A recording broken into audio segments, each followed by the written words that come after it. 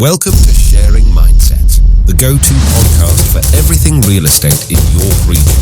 Join Daryl King of the top-ranking Daryl King team as we explore market insights, trends, and strategies.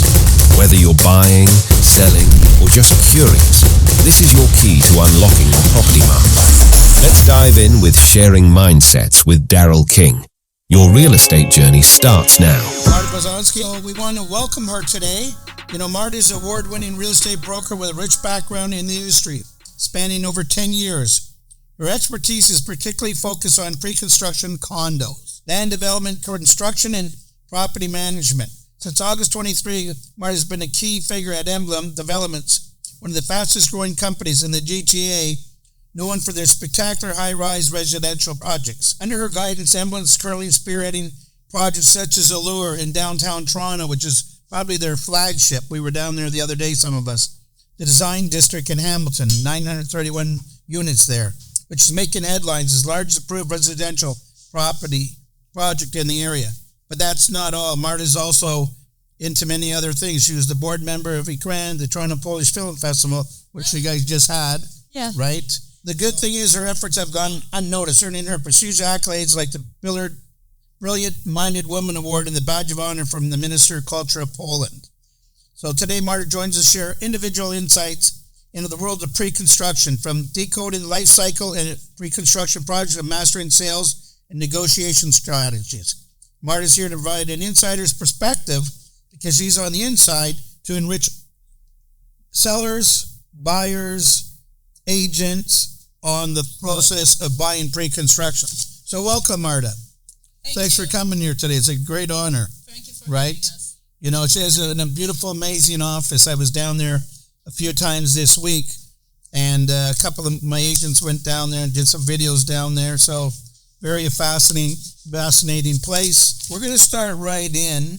So Marta, you're the broker of record of Emblem, and I think you guys got 4,600 units all in all doors, right? Yes. I mean, you know, in the looking from the perspective of the entire development, we are the most active developer at this moment in the GTA. Yes, 4,600 units over a pretty short period of time. It's a very, impressive. Like I know when I went there that I was totally amazed, you know, because you go into Emblem and you see all these shadows of all their units and stuff like that. It's truly amazing. Right? Because I never realized that much, but, you know, and, you know, when you're in pre-construction, it's different. When you're in residential subdivision, you go into one spot and you park your shoes and that's it. But, you know, with the condos, you guys are Hamilton, you're in Leaside, you're in Dundas, you know, you're in Ottawa, you're in so many different locations. So, you know, so even for investors. So this is what we want to talk about today. So the pre-construction of real estate. So for our listeners who may be new to that sector, because a lot of people, you know, they sit on the sidelines, they see a lot of this, they don't know how to get into that front door, they don't know advantages, disadvantages, the pros and cons. So I'd like to discuss that in pretty good depth today if we can. Absolutely. All right. So could you explain what pre-construction in real estate entitles and why it's a significant area of focus in today's market? Well, look, Daryl, there are different models of businesses to build wealth for your real estate portfolio. And, you know, there are certain investors that would only tell you, I only buy detached homes, or I only buy commercial units, or I only buy land. But there's also a certain group of, I would say, investors that, started from pre-construction because in fact, it's the most affordable way to start real estate. It all comes to, the deposit. You put a little bit of deposit down and you get your first unit. You know, over a period of times, like me being in real estate for over a decade now, there are real estate agents that started at the same time as I did, and they have a portfolio of, 27 units. I mean, this is amazing. So for us as an agent being in the industry, we have this huge advantage of being there first. You know, we have access to those units. So we always should think about it that we're not only selling those units to our clients, we're advising, clients where to invest, but we should also think for us to start building our own portfolio. Well, and this might be a question that you may or may not know, but I hear roughly most of the condos are roughly 70% investor owned. Correct. Yes, Right? the stats shows that, particularly the downtown area of Toronto, 75% of the units are rental units. Those are owned by investors. Right. So what we find as a trend is that, because condos are still the most affordable that you can buy, whether it be townhouses, semis, detached, whatever, multiplexes, that they're a foothold that someone could get in the door and, they could put their deposit, like you mentioned today, and then that unit that's going to come available could be 2, 3, 4 years, even some I've seen in 2008. That's some of the units that I've seen, so almost 5 years that their money, their deposit money, can start building them equity, right? Where else can you get that? Yeah, it will be difficult. But the rule of thumb would be that you want the investment that you put down to grow 5% a year. So by the time the project is finished, you're not only getting your equity out, you also make money that you can use for another investment. Or ideally, you buy and you hold, you lease your unit and purchase another pre-construction unit. And that's I would say that's how the game works. Well, that's what you mentioned. One person, 27 units now in 10 years, right? So that's a remarkable feat. Because if you bought something 10 years ago, most likely you've basically doubled your money. So it doesn't matter whether it be a house, detached, semi, whatever. Basically 10 years ago, the market goes up, comes down a bit, and then goes back up. But if you had it for a 10-year span, most likely they've doubled their money. So you always see the growth. Yeah, so their portfolio is growing tremendously, right? So, through your experience in your journey over the last decade, what drew you to specialize in pre-construction, and how has the journey been before you got to Emblem and with Emblem, and what's your perspective on the high-rise developments today? Well, my first, my first deal ever as a real estate agent, as soon as I get my license, was a pre-construction deal. Good way to say it. And that was the most easiest deal I ever done, because I had my client called me and he said, "Hey, Marta, I want to buy a unit in this building. I already got the unit. Can you come here?" I'm like, "Sure." So I showed up at the sales office and I handled, and the nice lady that was working there at the sales office, she said, "Oh, welcome here, can I have your business card?" I handed her my business card, and that was it. I'm like, it was like the easiest. Things changed since then, okay? Things changed. Is it harder or easier now? It's much harder. Like, we know that in the past for, every 10 calls, we would have a 10 conversation and maybe, 5 people will be interested in the unit. Today you get 10 calls and maybe 1 person will be interested. So it's much harder. You need to pick up the phone literally and call. The market where we would send a newsletter worldwide, this time is gone. Like, nobody's go over their emails anymore. So you have to literally pick up the phone and call people and pitch their project. So it's much harder. But that was a sweet deal at that time that really interested me in pre-construction. And I just understand, like, for me, it really resonates with me, the numbers. And, I guess every one of you that invest in real estate will have your own spreadsheet. And, it's working. Like, the numbers are working. So the question I would say, though, right now we know the market it's a lot harder to qualify with the mortgage rates being much higher. But how was the process? Like, you walked in and there was a salesperson at the site, and did they do a lot of the work for you? And how does that work today? So let's say one of these team members here or anyone in the audience, if they're an agent or a buyer, and they want to come to see you guys at Emblem, and you've got all your different sites, whatever. So we call you and say we want to come and visit you, right? That's right. I mean, you're always welcome to visit our sales office. I would say if you have a client, just bring the client in. Let us do the talking. We do all the paperwork. The beauty of pre-construction business, if you decide to specialize in pre-construction business, is the fact that a lot of work is done by the sales team that work for the developers. So you can actually focus on your marketing, online visibility, and the whole pre-construction business relies and marketing relies on online marketing pretty much. So you don't door knock. You're not cold calling people to buy pre-construction into online marketing. So yes, you bring your client in. We do the presentation. We select the suite. We fill up the worksheet, which is like the first thing to reserve their suite. Once the client, is happy with the unit, we present you with the actual suite, the price for the suite, the agreement of purchase and sale is prepared. Your client signs the agreement of purchase and sale, and they have 10 days. It's called cooling off period. 10 days to either change their mind or go with the agreement. So here's the question of that. So for most people that doesn't know what cooling period off, that's only in pre-construction condos. So the government allows you to have 10 days.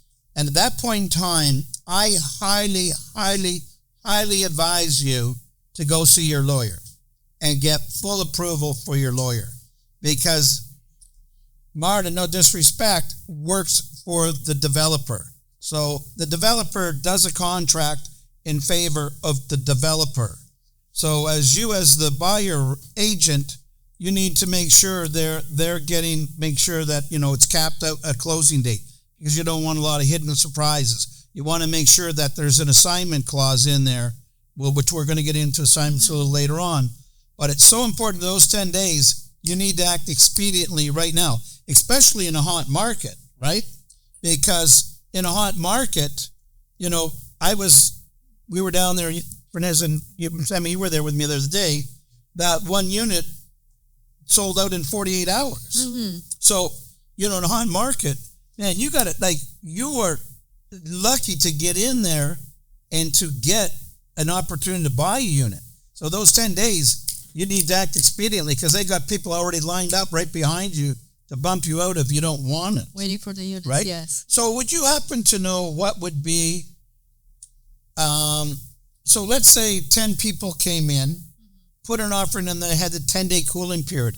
How many people would follow through and how many people would back out?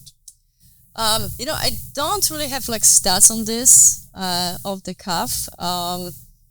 But the cooling off period was introduced by the government because of what was happening in the hot market. People will attend events, and they were very, get emotionally charged. Very emotional. Everyone's getting excited. Everyone's buying 3 units. And after the hangover the next day, they're waking up oh my God, what did I do? So that's why the 10-day cool off period was introduced, and also to give the potential clients opportunity to go over the contract with their lawyers. Like I said, guys, I can't say that enough. Make sure that they go see their lawyer, and make sure, if you're representing them, make sure you got something handwritten from the lawyer that he reviewed it, and here's the changes or what he wants put in there. Because 99% of the lawyers are going to add their 2 cents in there. Is that correct? Yes, a good lawyer will go over the agreement and point to things for you to watch out. Right. So very important. Understand that. Right. So now that things have cooled, right? What? So let me go into this here. So market trends. So in your view, the current market trends is obviously cooled in the condo. Well, not just condos, pretty. Whether it be resale condos, new homes, townhomes, semis, pretty much internationally, the market is cooled down somewhat, is what we want to call it. Is it still active? 200%. So what are you guys as developers, what are you guys doing to enhance people to come and visit or to buy today? What we find out that people at this moment are looking for incentives and deals in general market too. They looking for, they put in global offers for everything that is on the market. I'm talking about resale market, especially. Whoever is on the market selling today are mostly people that need to sell. So there are those savvy investors that are just grabbing those homes or properties or commercial units. And for us as a developers, I would say that, working with incentives and definitely, adjusting the prices per square feet is helping to bring the clients back to the market. So here's a good question. So when the market was hot, if you tried to go negotiate with the developer, you would be laughed off the planet. Like, they've got, for that one unit, they've got 10 people lined up to purchase that unit. So, if they're asking, say, 500,000, you want to say, I'll give them 460. You have no chance of getting that unit at that time. Now, today, if they're asking 500 and you're being 460, they may want to have a discussion. 100%. Right? Yeah. So, guys, if you're listening to this, and listen very carefully, because I can't tell you enough. If I had to buy anything, stocks, gold, whatever, I still believe in real estate. They're not making more land. And, immigration into the country, no matter what, is bigger than it's ever been. Do we have enough homes for everybody? No, we don't. That's it. We won't get into that today because that's another topic, right? So, there's somebody trying to get in here. Can we let them in? Kiki? No, on Zoom. Yeah, they're in. I know, but they were just here waiting. So anyway, this to me is probably, if you rate it from 1 to 10, I would rate it a 10 to buy right now. Because I see with so many developers right now, the packages that they're offering is like unbelievable, unheard of, the first time ever, right? And I'm not sure exactly what you guys are doing for packages, but I see in it so much that it's available. So for investors, they don't have emotional. What they may look for, what would an investor look for? A location, right? So different people will look in downtown Toronto. Now you have the one in Hamilton. What's the one in Hamilton called again? It's the Design District. Design, and you got 931 units coming. Yeah, it's there, a massive project. right? So, if you're an investor, they've got 67,000 students right there, McMaster and Mohawk. So, that's prime stuff. And then the government's doing $4 billion to enhance the city of Hamilton. Yeah, so you pretty well summarized all our principles when Emblem decides to go and build somewhere. We always look, definitely location, and you mentioned Napoleon Hill, so you really are like an old school person that believes in land, and I follow that truth as well. But yes, we always, we look very close, like where to invest, where we're going to build, and first principle is always the location. When it comes to Hamilton, for example, we look all over the GTA, and Hamilton was the only one, I would say suburb, it's a city, but let's say suburbs that would fulfill all our requirements. It has a waterfront living. Not every suburb offers access to waterfront. It's a very close proximity to, 20 kilometers of nature trails. And what is important for us as well, it has an academic hub. So those are principles that every investor should look for. Is there a university or college nearby for potential tenants? Is there access to transit? Hamilton is getting $4 billion investment from the government, the largest in the history of Hamilton, to build the LRT. So there's like so many beautiful, positive things about the city of Hamilton. Yeah, I used to deliver there when I was in my early 20s, and then I've done some TV shows there. But you can see there was never any such thing as developing in Hamilton per se, and now there's a lot of cranes going on in there. Oh yeah, right? I can talk about Hamilton all day long. There's like the new mayor, for example, she put as the major thing for the whole city to create a city that is the safest place to raise a child. I mean, that's a big goal. That's important because realize not everybody's going to be just a straight investor. Like, remember, at least 30% are going to be end users. Maybe you had a larger home, you want to downsize, right? So one of the great things I was going to ask you about is, when you talk about locations. So, I'm up here in the burbs. I live in Richmond Hill. But before COVID hit, I was moving right downtown into a condo downtown, right? Because there's more action there, right? A single guy, like I can, do different things. I like to go see my sports, go for dinner, go see shows or whatever. And Richmond now, there's not that much of it. So, but after COVID hit, I didn't feel like being there. But again, now that's starting to go by and now everything's starting to open up again and stuff like that. So the beautiful part, someone may have a big house and, they may want to stay in the area and they may not. Maybe their kids have left the house. Maybe they got to buy a place for someone downtown. The kids are going to go to university downtown. So instead of renting, because I know in London we used to do that with a bunch of my clients, that we would go and sell out like little places. Then they would own it and they'd have 2 or 3 people renting it. So they didn't have anything and then they make a profit and it would just recycle around later on, right? So that's the beauty of condos. There's condos everywhere. Like today, you look out the window, there's condos like these ones right in behind. That's Northern Heights. We just sold one in there this week for 99%. So this one here, this was, they used to be a big truck stop and then they finally built it. Now that was built, I guess, somewhere in the last 10 years or whatever. That's older. This was newer. So you get different phases along the way, right? So, and square footages, like you guys, let's just talk about Allure. You have, 400 square feet, 430 is your smallest unit there? Yes, studios. Right. And then you have the largest ones, 800? I would say 860. 860. So there's a wide variation for everybody, because sometimes you go in a subdivision, like for houses, they can have a few different square footages, but in one location, you have more variances than anything else on the planet, right? That perspective, for sure. So it's really, you just got to find a location that really suits you well, right? So what's it, would you say, for investment sites from an investor standpoint? What makes pre-construction a potentially lucrative opportunity compared to other forms of real estate investment? In pre-construction? Yes. Well, it all comes to, you said that you believe in land. They don't 200%. Land. Land is always the best. It's the gold mine, really.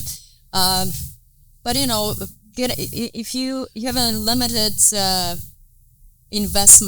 amount of investment, starting from a pre-construction condos, that's, I think, what I will do if I will be a new investor trying to put my feet in a door. And today, it's actually the market to do it. Today, it's the time to invest in downtown Toronto. Actually, this is the time for downtown Toronto because I don't know if you know, but if you look at the statistics in comparing 2019 prices to today's, we are selling with 50% discount to pre-COVID prices. Downtown Toronto, 2017, 2018, when there was like a boom for downtown Toronto. Crazy. There were condos selling, and they weren't any like luxurious projects. They were just regular high-rise condominiums. They were selling for, people were paying $1,850 per square feet. And even over 2,000 some units. That's right. Right? So guys, this is very, very important to hear this, what Marta just mentioned. So she talked about 217, 218, 219. The prices were up here. So fortunate, we know interest rates are risen, but your principal, you got to realize. So let's say a unit was 800,000 in 217, 219. You could buy that same unit for probably around 600 and something, right? So your principal is down 200,000. So even with the higher interest rates, I could almost guarantee you there's very little difference between the cost every month. But what's the biggest difference is your principal amount, which is what you want to pay off, is way lower. So you're way ahead of the game. So when the market turns, and trust me, it will turn, correct? 100%. It will turn, and it will turn fast. So what will happen is those that are buying right now are at the most advantageous because they can pick units where before, like if we called you up and it's a hot market and I'm even a friend, you'd say, Daryl, I'm sorry. I wouldn't even answer the call. Yeah, right? So you would be like telling your client, sorry, because I know sometimes when the market was hot, our agents would call up. I said, guys, that's gone 2 weeks ago. I come out 2 weeks ago. It's done. You missed the boat. Guys, I will just give an example of a project that we're selling in 2019. That was the One Jarvis. I don't know if any one of you remembers. It was our Emblems first Hamilton project. 354 suites. We got 3,000 worksheets. And we sold the whole building in 48 hours. In 48 hours. That's what I said earlier. But 3,000 worksheets. They had 350, so they got 3,000. Like I said, 10 times the amount of buyers lined up for that one unit. So I speak to agents every day and brokers, and few times I would call someone and they said, "Oh, I submitted worksheets to One Jarvis." I'm like, "So let me guess, you didn't get any unit?" "No, I didn't." But yeah, that was the market. It was extremely difficult. So what would they have paid for a unit in Jarvis at that time? We're saying that's at 700 per square feet. And how much would that be today? Today, 1150. So guys, even in a down market, it's only 48 hours, 351 units in 48 hours, and too distracted. 351 units, and it had 3,000 buyers in there. You bought it around 750. It's around 1,100 today. Okay? So is that a good investment or a bad investment? Guys, what would you say? Right? Like really? That's why you have to understand. You can't come into real estate, whether it be pre-construction, resale. You can't come in short term. It's got to be long term. If you're long term, you're going to win. If it's short term, you could get caught in the middle of it. Like, so I only want to come in for a couple of years. I bought something a couple of years ago, right at the very peak, and I want to sell now. I'm going to get smashed all over. I'll be like this. But because I didn't plan correctly, so as a developer and representing the developer, what would you say to an investor or even someone that wants to move in it themselves? What would you do? What should their beginning stages be? So I'm a brand new guy. I got some extra money. I got a house. I've had it for 10 years or 20 years, and I have a lot of equity in it. So I could take a line of credit towards doing the pre-construction. So what would your advice be for an investor or someone that wants to buy a condo to actually live in? Where should they start at?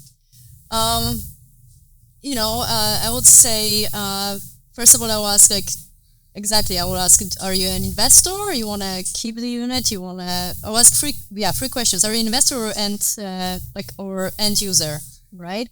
My second question would be, are you planning to purchase and lease it as an investor? Or you want to purchase and sell it later? Or you want to sell it as an assignment?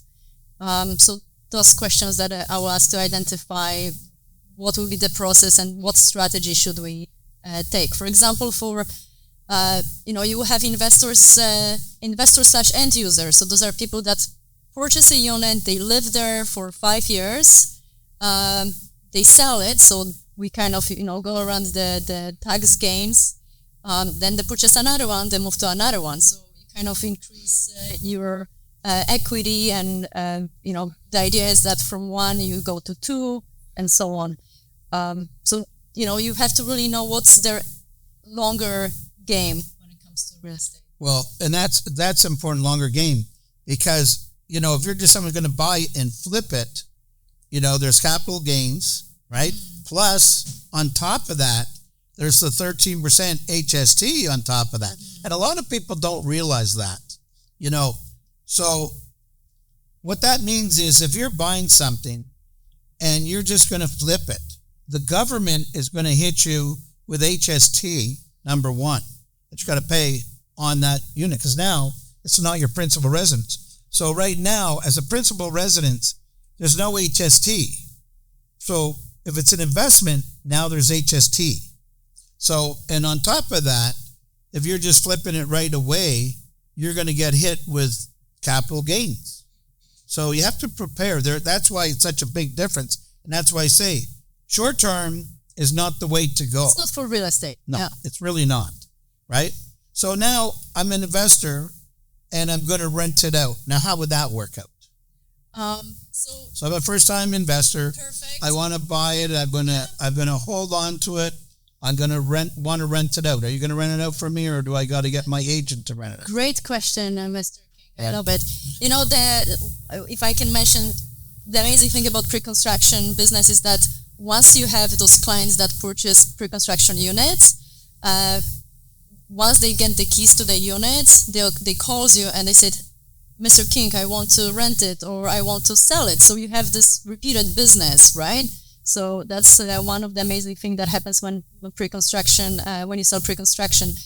Another thing that you always have to look when you deal with particular investors, if in your agreement of purchase and sale, you want to make sure for your clients that there is an assignment clause that they can assign the unit, and also that they have a free right, like a right to lease during occupancy period.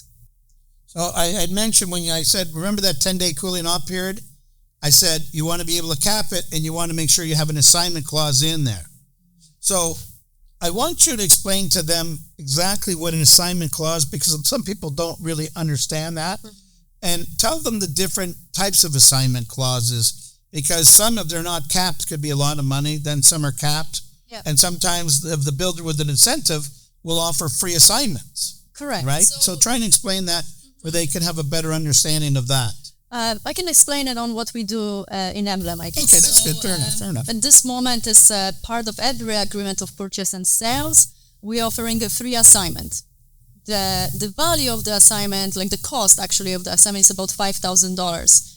So if you don't have that clause that allows you, that it's called free assignment, your client, if he wants to assign the unit later, like flip the paper to someone else, he will have to cover the cost of this $5,000.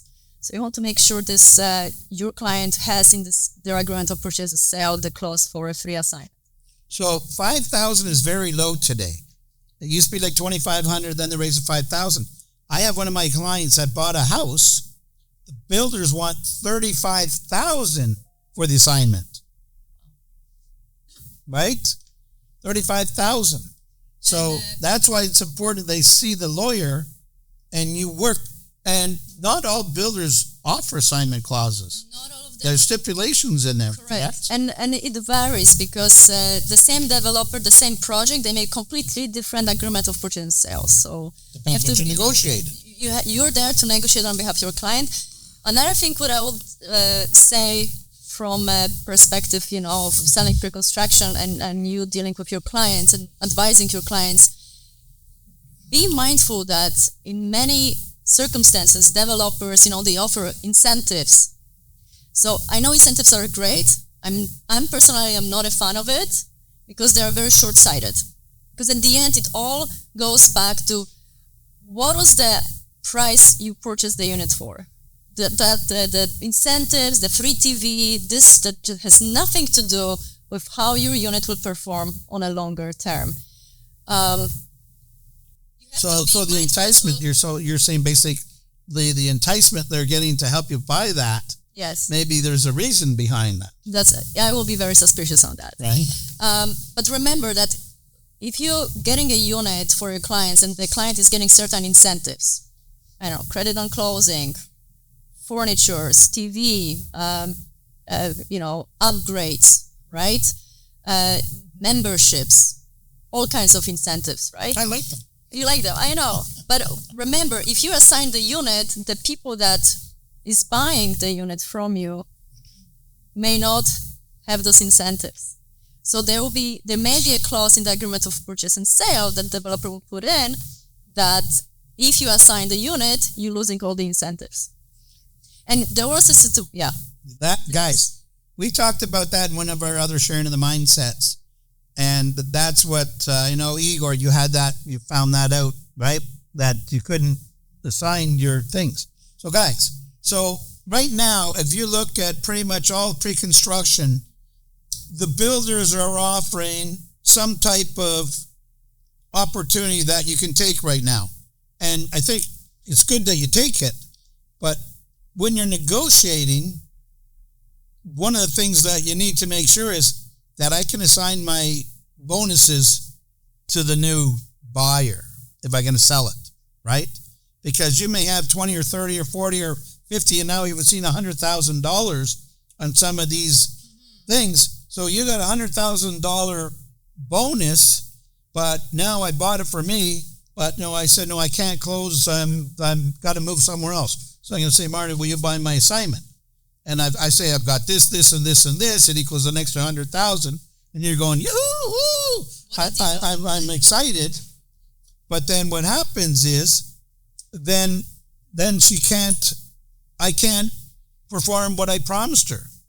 Because you will get a call from me. Yeah. I'll be very upset. Right? So I'd make a contract with her that she's going to get this. So in essence, I could be on the hook for $100,000 in bonuses, right? And the builders are not going to give it to me now. So really puts you in a very good or bad position. So you need to make sure you get a good real estate agent that's going to help negotiate with you on your offer, right? That's what I would say. Yeah, and it's always good to have in your pocket, a contact to a good lawyer that specializes in pre-construction condos and assignments. Because quite often your client will say, yeah, I have a real estate lawyer, and you send them the agreement of purchase and sale to do the assignment, and they have no idea how to deal with it. So you make sure you deal with someone who is very experienced on assignment sales. Guys, so critical. So if you're going to be working with, selling pre-construction, you need to know the rules, the benefits, the penalties, because it's not always, hey, I'm just going to buy a pre-construction and I'm going to make a handful of money. Let's talk about the reverse side. Mm-hmm. So what are some of the pitfalls that someone can see? Because now we've seen some of the condos, like if we talk about one, right? This is a flagship right on down in Blue already, Yorkville. It went through one phase. They didn't go through it. It was bought out by another company. And now these guys are going through. Now this place is supposed to be finished. There's 40 floors finished. I got pictures of it, but it's still only half done. And it was supposed to be completed 2 years ago. So there's that pitfall also. So, I mean, if I'm an investor and they don't throw me out, because if that gets bought out by new ownership, they may not offer the old contracts. They don't have to, right? So I know there was some that happened that way. So they had their money tied up for years, and, the market was so hot, and if it had went up, they would have made maybe 100, 150, 200,000, 300 even profit. But at the end, they didn't make any profit, right? Yeah, that's horrible to swallow. Right? So that's why you got to make sure you're tied in with a very good developer that has good financing behind them, because it's not the developer's money. It's the developer's connections and the people that help finance the project that will help it get off the ground, and then their pre-sales that are going to take it to the next level, right? So what would you warn somebody or an investor, even an in-unit, one is how much is the deposit money insured? What would be some of the pitfalls that they should look out for? Well, look, developer, because, when you purchase a pre-construction condo, and usually you put initial deposit on a signing, it's $5,000, $10,000. And then your client needs to deliver checks, post-dated checks as a part of the deposit. For one up to about 5% approximately? It's usually, I would say 15 to 20%. So 15 to 20% that you need as your deposit based over maybe 2 years now? Yeah. Right? I would say, 3 to 4, usually, 3 to 4. Standard fee will be 20%. The developer doesn't have access to this money. This money is on a side in a trust account, lawyer's trust account, and the developer needs to get a financing on their own. So we're not going to touch this money and see this money until the actual closing. So for your client, it's good to explain that, their money are not going to be swallowed. If something goes wrong, like you mentioned, yes, and many others, those people will get their money back. But unfortunately, depends how long the project tied up the money, the funds for, they lost opportunity of 2 or 3 years of the money doing the job for them, right? So really, in essence, you really got to do your homework on the developers, right? I'm not going to go name names here because it's not the place to do it, but there are certain developers, they've been around for a long time. They got a great track record and, it's no issues. And then there's some that just pop up out of nowhere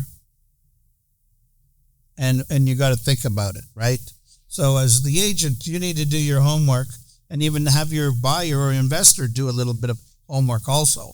What's the maximum now that is protected by deposit money for pre-construction and condos? I don't. Is it 100,000? 100,000, I think it is, right? Yeah. Deposits like now, because of the rising price, like the minimum deposit to purchase anything would be like $120,000. Yes. So, so 100,000 of your deposit money is insured by the government and the banks. Anything over $100,000 is not insured. So realize there is that gamble. The only sure things in life is our taxes and death. So you can't just think, I just bought a pre-construction and I'm going to make $300,000 or $400,000. That's not the way it works.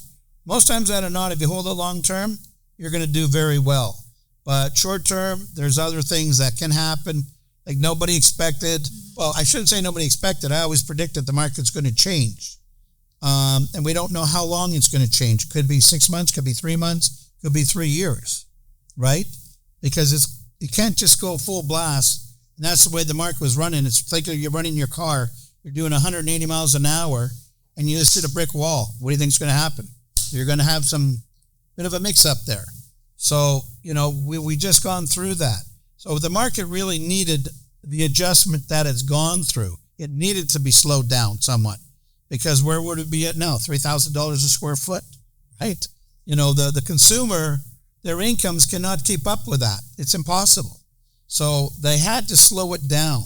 So that's why they say inflation was only 3.1 is the last report I just got. So I have to believe December 6th, we're not going to see an interest rate hike. So, that'll be it for this year. And if we're really, really lucky, next year maybe they'll bring it down a bit. You're not going to see the low rates that we've seen, what we just went through.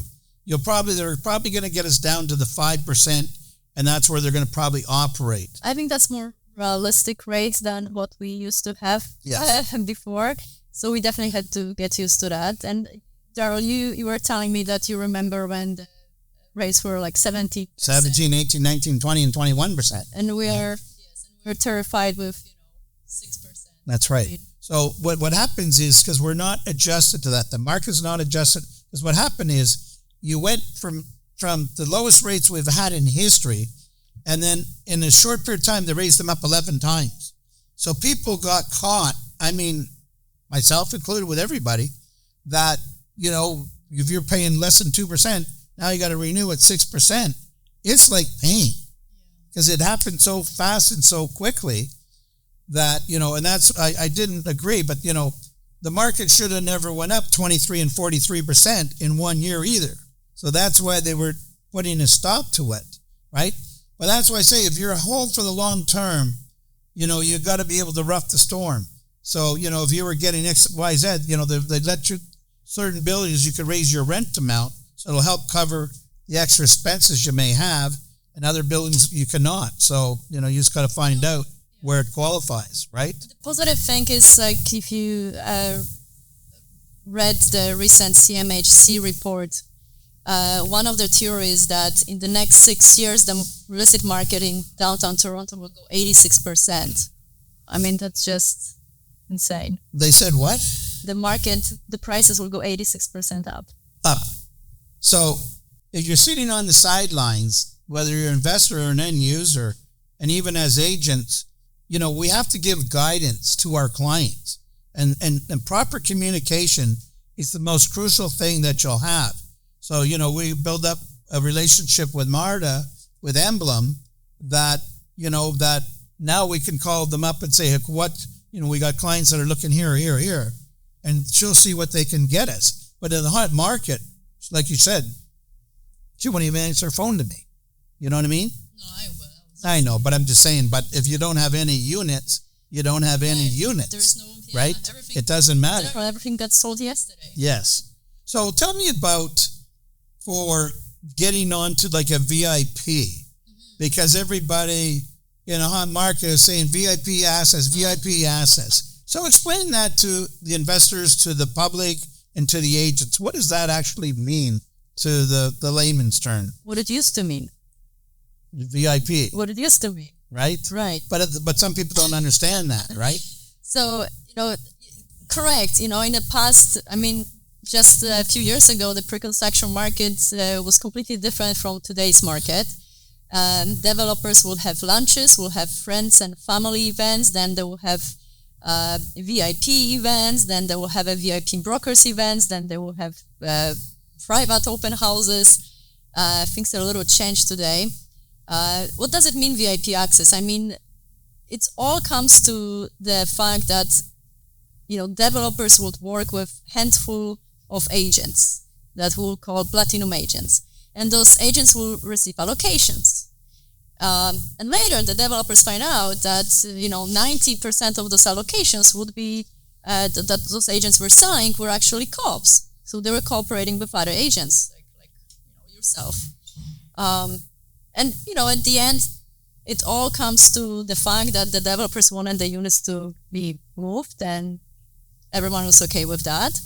But because today markets changed, the buyers are waiting, hopefully, for a better season. This is the amazing time today to go out, meet those developers, build relationship, like with Emblem, for example, what we're doing today, to be ready. Because once the markets change, you want to have this access to those developers. You want to be able to call someone and say, hey, I have a client, I need a unit, or I need allocations. So this is definitely it's a great advantage for whoever wants to get into pre-construction business, like seriously. Well, we had 35 of them. We went up to Aurelia to one of the, I won't mention the name, but we went up there and they had a nice big lunch for us, and even the developers were right there, and they, the top salespeople, and they gave us a beautiful presentation. We got lots of videos. So now we're going to do one at your place. We're all going to come down. We're all going to go down to Emblem and have the developer and Marta in there give us a presentation. We've got two others that are called me up, and I said, and I can't really book for December, but I said early January that, and maybe we'll squeeze them one in December. We'll just see how it goes. But, this is an opportunity that we can go and check and investigate, and then we come back and we can tell our clients or even ourselves if we want to invest, because real estate agents like to invest also, right? So, that's the opportunity. Sometimes we can have first in line if you're a realtor, or you got family or something like that, or you got good friends. I've got some good friends at the club, and I told them, like, guys, here's a great opportunity. They're talking about investing in some things. I said, right now with the pre-construction isn't such a great opportunity. These guys got lots of money, right? They're just, they've worked, so businesses, they're golfing and whatever, but they're not investing their money other than just stocks and stuff.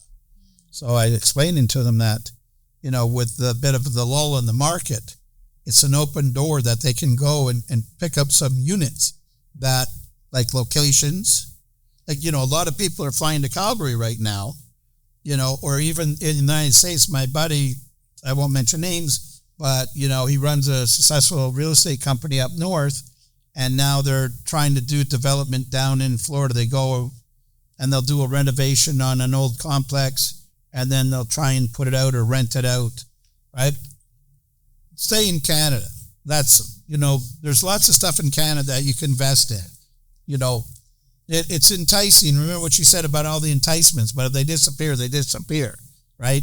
Or your tax situation, when you got to sell it, changes. Foreigners come in here, they got to pay 25% foreign tax. So we go to the United States. I had foreign tax, right? I bought a place there, I had foreign tax. So, right? Yeah, and, going back to, you said, people that are in a very good financial position and they invest in stocks. Stocks are great. I mean, you should have some stocks. Yes. But with everything, the same as you diversify your stock portfolio, the same you should have some real estate portfolio, which I would say it's more tangible and, you still need long term, it's going to be there for you. Stocks, we don't know. Here today, gone tomorrow. And same with real estate, you diversify your real estate portfolio. If you have homes, land, commercial units, have a couple of condos. During the whole COVID, out of all the real estate, the condo market went only 1% down. I mean, if you have one component of your portfolio that goes 1% down, that's pretty good. I think that's a success. Yeah, that is a success. Listen, most people with the financial, good, healthy financial thing is invested a lot in real estate. I mean, I could go through all the big top names that I follow as mentors or anything like that. They've all invested heavily in real estate. So, this is a great way, not just as your principal residence, but as a second opportunity to use your principal residence for the funds. Maybe you don't have $600,000 in the bank that you go buy cash. Most people are going to finance it. I think also our job nowadays is to also educate our clients on investing in real estate, and particularly people that are owners of homes, to take out the equity and purchase something. Could be pre-construction condos, because the retirement, it's for all of us, is somewhere there. And I think real estate is the only thing we can rely on, and start building your portfolio as earlier as possible. So you think if you have young kids or grandchildren and you want to build up something for them in the future, buying real estate, I bought my first real estate at the age of 21. I never looked back, right? It's been a great opportunity. It's been a great career. So, I talk the way I act and do. So I'm not telling anybody something that I wouldn't do or go with. So, and that's long term, right? Long term. I mean, if I held every piece of real estate I ever bought, oh my God, it'd be sensational, But, then the government made harder for the landlords. It's enough of this already. But, you just got to get through that. And hopefully you get good tenants. Listen, every business has their dark sides. Yes. But I think in real estate, it's the most, it's the business that makes so much sense. And it's pretty much easy to understand. I mean, once you get the principles, I had clients that knew nothing about real estate. And, they purchased their first condominium and they were like, oh my God, that makes so much sense. I mean, you have to start somewhere. You have to start somewhere. Guys, look they have 4,600 units. They start with one door and just built up from there. So they built a great portfolio. So, you start with your first place, your second place, your third place, whatever you have the heart and the savvy to do. Now, what do you think is the future of pre-construction moving forward? We're in a bit of a lull now with not just pre-construction, with pretty much everything, right? That's just the way the economy is right now. So what do you think is going to happen moving forward with... Right. I mean, I will repeat what I said about the CMHC report and their predictions that market will go 86% up over the next 6 years. Then there will be definitely an increase. There's a definitely increase in rental market as well. Considering that we live in a very different place on Earth because we accept lots of newcomers to Canada. I don't know any other country that has the same model. Yeah. So we don't have a big enough population to feed us. That's right. And because no one's having kids anymore. Yes. Right. And I think Canada is such a opportunistic place to live in. 500,000 people, consider just 1% of those people will come to Toronto. That's 5,000 people each year. I'm very conservative. I'm sure there will be much more. It's much more. But let's say 5,000. City of downtown Toronto can only come with 2,000 to 2,500 units each year. This year we're close to 3,000 because lots of developers were holding back before the final release. So we are a little higher end, but still it's less than 3,000 units. There's no way we can accommodate those people. And so think about it. It's demand. So what will happen with the prices? They will drive up, and the same rental units will go up in prices. So having a unit now in downtown Toronto, it's like your gold ticket. So, a lot of builders have held off from moving ahead with development just to wait till things calm down a bit, because their money is out there already if they start on it. So they have a lot of dead money. 40 projects are on a shelf. So it's like almost 14,000 units are not going to be built. I also know that out of every application that comes to the city of Toronto, there were 90 applications recently, and only 10 were approved. So just 9. So just 10% is approved. Think about it. Just 10% is approved. That's I don't know where we're going to be with the housing crisis is here. How we take advantage of it, it's up to us. So what's the length? So they have their condo, so there's 40 projects on hold. How long is it going to take them to build? 3 years? No, Daryl, the process is immensely long. I mean, whoever decides to build today, the project is not going to build in the next decade. So we have to think 10 years in the future, because particularly in downtown Toronto, to assemble a land, it takes about 3 years. For example, on Allure, the project that we have downtown Toronto, we were working with 6 different properties and 8 different landlords. I mean, 3 years just to assemble the land, another 3 years to go through process of permits, approval, rezonings, all the sales process and the construction. That's at least 10 years. So, the governments are always talking, we have to make it easier for the developers to build. Because, for some of their projects, 10 years in the making. Right? It's not an overnight success. It's 10 years between the planning. Yeah. Right? So they got to go find an area that they want to go.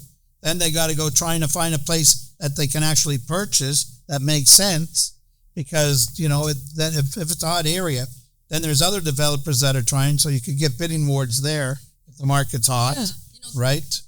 They face the same thing we do on a different scale, right? Yeah, when I speak to some other developers, sometimes they said, oh, we're launching this project. I'm like, oh, great. When did you acquire the land? 20 years ago. So they were sitting there. They were just, at Daimler, we also have land holdings all over the GTA, because you buy a land and you wait. You wait because it's a long process before things will allow you to actually, start building. So let's say, I have a condo that I bought, and it's over in Vaughan, and it was supposed to be, I think, either this year or next year, but now they're just breaking ground. They're just sort of actually getting there with some machines. So what do you figure, 3 years? Yeah, I would say 3-4 years. I mean, what's the occupancy date? Well, that would have been next year probably. Oh, okay. But that's not going to happen. Depends of, I would say, 30 stories should be built in 3 years. Yeah. Depends how high the building. So, and my reference is I'm going, yes, because here it could have been coming up this year or early next year, and I would have had to go get the rest of my financing right now. And, the market's slower, so I'm not selling as many houses. I already had some other ones that with mortgages. So I'm going, yes, this is an advantage for me that I'm feeling, I'm feeling very excited. So now if it takes another 2, even just 2 years, I don't think 2 they'll get it done. Probably I'm thinking 3, right? It's going to be perfect timing. So I paid at the peak, What, 20? No, 2020, I think it was, right? 2020 or 2020. It was high then, really high. The market was hot. I was lucky I had to get a VIP agent for that unit, right? So I had to pay him a commission to get a spot that I could buy there, right? Yeah. So that's why it's important that you have the good rapport, because they just went fast. We went like 30 or 40 of us went there, and we delayed a bit, and then they just sold like this. So, considering today circumstances, the fairing of the time of the delivering of the unit is actually good. Yes, extremely good. I'm happy. I'm really happy, because otherwise I'm closing right now, and I'm already, renewing other mortgages that feeling it. So now it's going to be held for another 2, maybe 3 years. And by then the market's going to, more than likely is going to be just humming along at a very fast pace again. So my investment will become a very solid investment, right? That, maybe I'll go live there. Who knows? You never know where you're going to be the next day, right? Well, you buy into a neighborhood, and, when you got young kids, you stay there and you build up friends and schools and everything like that. But then as we get older, you can be more transient. You can go different places, right? So that my house is in the north end of Richmond Hill. This place is right across on Highway 7. So I just come across 7 or 407. I'm here at the office, So things change, right? So that's the beauty of pre-construction. You think, okay, if I want to rent it out, or maybe I might want to move there, or have a friend move there, or a family member move there, right? So these are the things you have to have a long-range plan when you purchase these. Yeah, quite often clients will purchase a pre-construction condo, and then when we do a walkthrough the first time, they ask themselves like, "Oh my God, I love the amenities. Maybe I will actually stay here." Right? Yeah. That's what I say. You never know what's going to happen. So project selections. What's the criteria when selecting pre-construction projects to invest or develop? How do you assess the potential of a project? Right. Very good question. I identify a few things. Like, first of all, location is always the location. I always say that. Looking from like a global perspective. Okay, let's look from the macro market. Downtown Toronto, we are still on a global stage where the cheapest market, on a global stage, when it comes to the global city, we're cheapest than New York, we're cheapest than Paris, London, Hong Kong. In the meantime, we have the most expensive suburbs. Not even in New York, in North America, sells for like $11.50 per square feet. Think about it.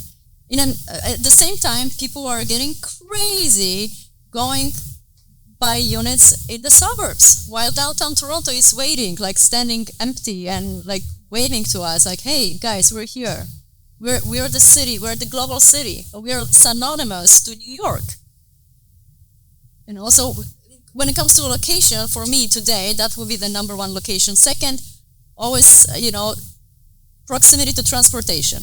You need to, particularly if you're planning to rent your unit, you need to have, TTC, subway, highways.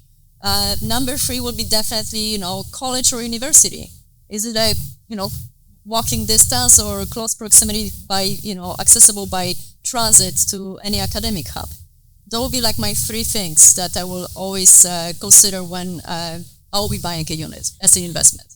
Well, that's why I said about your district design in Hamilton. You got 67,000 students right there. That's not workers or anything. That's just students. And students are very transient. They're going to go there for 3 or 4 years.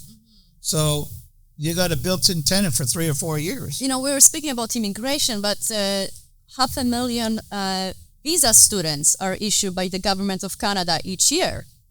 And, this 500,000 of students, majority of them comes to Ontario. Majority of them will come to Toronto. Some of them will go to Hamilton to make master. Students are the best, especially international students, are the best tenants because they pay upfront rent, right? Because they don't have a credit score. And after 1 year, they quite often move, right? So you have an opportunity to upgrade the rent and find another tenant. So what's risk management? Like we talked about some of the things that could go wrong. But if you're sound and the investors are good, most things are going to go through pretty good once you get through all those, because you got to go through all the years of the red tape, right? Before you go into the market. Before I would bring my client in to see you, you guys have gone through 5 or 6 years of all the BS. Yeah. Right? So the major part of that, and if they're in a good location, they're priced correctly, they should be able to sell out. Right? So, talk about your property on Allure, because that's Emblem's flagship. So I wouldn't want to just have you here and not be able to mention what that's about and tell everybody what you have there. Absolutely. Allure is definitely a one-of-a-kind project. In my understanding and from what I've seen so far, Allure is the most luxurious product right now in the whole of North America. I mean, one-of-a-kind project.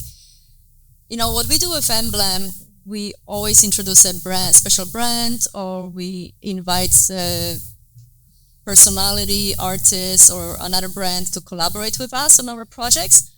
On Allure, we invited, Rolls-Royce to... They have their own Rolls-Royce for just Emblem. Right. The deal is that Rolls-Royce is building a custom vehicle just for Allure. So it will be part of amenity package. You will have an access to a chauffeur-driven Rolls-Royce. And think about it. Rolls-Royce is like such a unique brand. Like, they don't need to partner with anyone.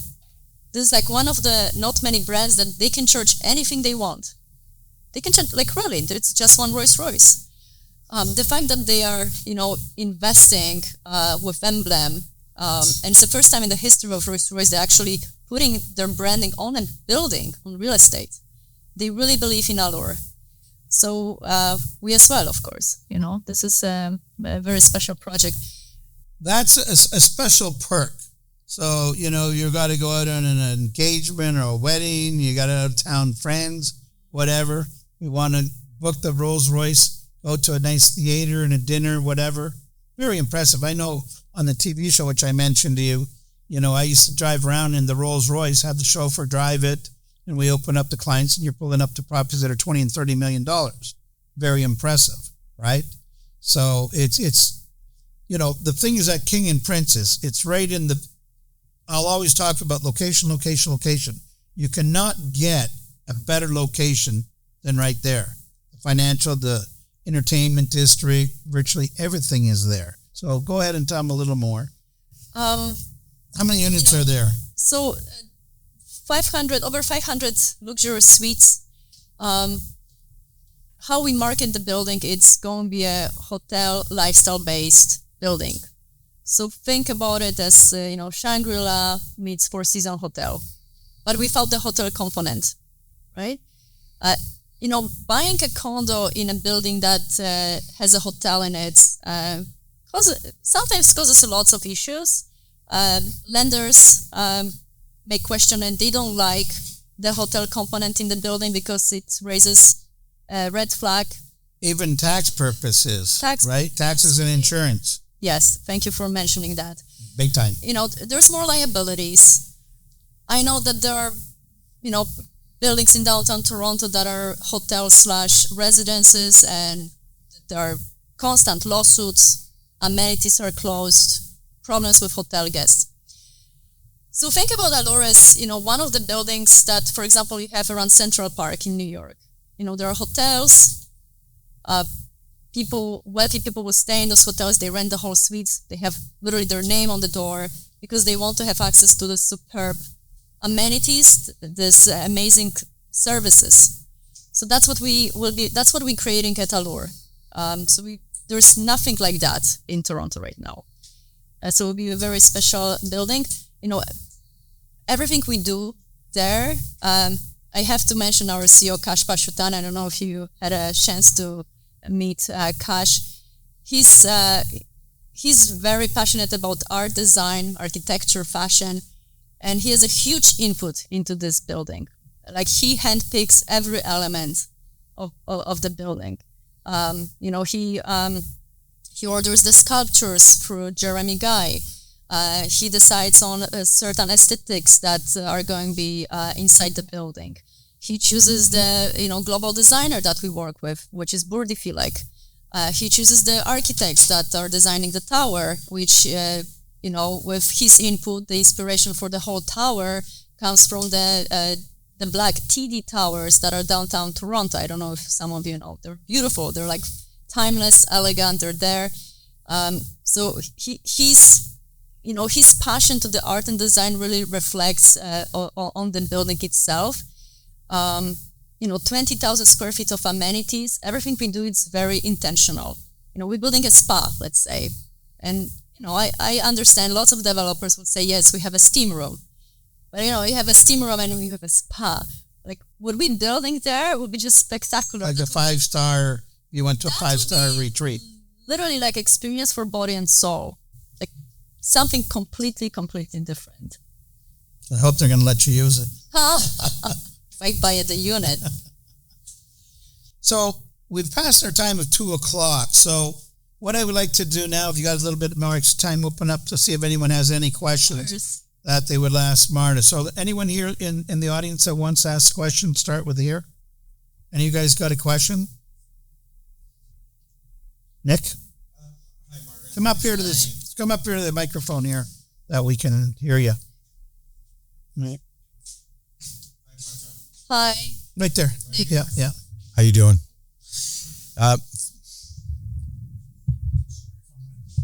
Well, look at. Yes. Fair enough, Nick. Just a quick question. We know how it was before the market changed.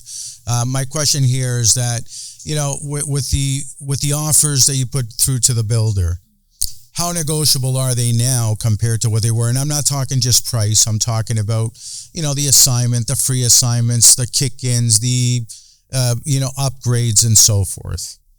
Look, it is negotiable. I can't give you the exact extent. No. It depends on the project. Like I know, we may be more flexible on one project than on another because, there are certain criteria. And the demand might be different. We have to base everything on our spreadsheet as well, if it's working or not. But I would say, once we have the worksheet, with the client name and the unit they want, their budget, we can discuss the details. Right. Okay. So it is more lenient in terms of negotiations versus when the market was hot, and if Nick didn't buy, Napoleon would. So 10 people there. Of course. Yes. So it's a good question, Nick, because we talked about earlier is, they had the one on Jarvis, 371 units. They had 3,000 applications, sold out in 48 hours. There was no time to negotiate. There was zero. You either full price, right? Their terms, conditions, pretty much. Go to see your lawyer to make sure that you could get some capped up things, whatever the case might be. But now you can go see the developers, the brokers here, like they run the sales for them, and you can negotiate. It's no different than going to a resale now. And not every case is going to be different. It depends how quick you're going to close on time, your deposit money, how many they sold this week or didn't sell this week. Yeah. So you might get them in a great mood and say, yeah, you know what, we like this guy Nick. We're going to let his clients get a little extra perk here, right? Absolutely. It's changed. Like my job now at Emblem is to go to brokerages and talk about the projects, build a relationship with you. So the developers are going to meet you guys. I don't think that ever happened in the past. Yeah, we wouldn't have had that when the market was hot. We were like, no, we're too busy, right? Yeah. So now we had the good fortune to have her in here. So, so that's why I'm saying, if you're thinking for yourself, you're thinking for your family, or you're thinking of for your great clients and just investors, there is no better time than the present time to go get in, take them down to, to the sites and have a sit down and chat with them. Because this is, remember I talked about opportunities? This is one of those great opportunity times that your clients, yourself, your family can have a great opportunity. Now is the time. Not maybe in January, maybe not in February, not March, because it might change then. Now everybody says, we're going to wait and see. But by the time you wait and see, when the market changes, it's just going to go boom. Like you've already missed that boat, right? Sam, you had a question. Come up to the microphone. So, Sam, you had the good fortune of coming down with me yesterday. I went down there yesterday. Hi, Marta. So you do a bunch of videos down there. Yes. It was beautiful. Thank you for your hospitality. And we did have an advantage with me and Fernaz and the big man too saw the models, and it was beautiful. As you explained that day, I wanted to see if you could elaborate about the beautiful amenities that Allure offers. Is not just the Rolls Royce. There's tons of other things that you made us aware of that day. And I think if you would elaborate, I know that my colleagues would love to know it in order to educate them. Steam baths, the massages. Absolutely. Dental. Ideally, I would love to have you all at our presentation. We are going to come. We are going to come. We all are going to come. Our presentation, because I like to say, like, I want you to experience, the Emblem Hospitality and who we are. Our presentation center very much reflects the interior designs of Allure. It's been also designed by Burdi Filek, the same interior designer. But yes, thank you. The amenities are spectacular. Going back to our people that we hire to work with us, like Burdi Filek, why lots of developers abstain from working with those high-end, globally recognized builders, like interior designers and architects, is the fact that they, whatever they design, is beautiful, but it's also very costly to execute, right? And developers don't like that. We have a certain budget, and this is what you have to do. So, there are literally 5 different architectural offices or interior design offices that the majority of developers in GTA uses. So that's why lots of buildings look pretty much the same. So look at it this way. So when they planned, say Allure for argument's sake, their plan was the market was here. So their budgeting and everything is posted up at this higher number. Now the market has changed dramatically. So now the projections and their profit margins have reduced drastically. So that's why I say consumers, whether it be yourself, whether it be your family, whether it be investors or friends, is such an incredible time right now.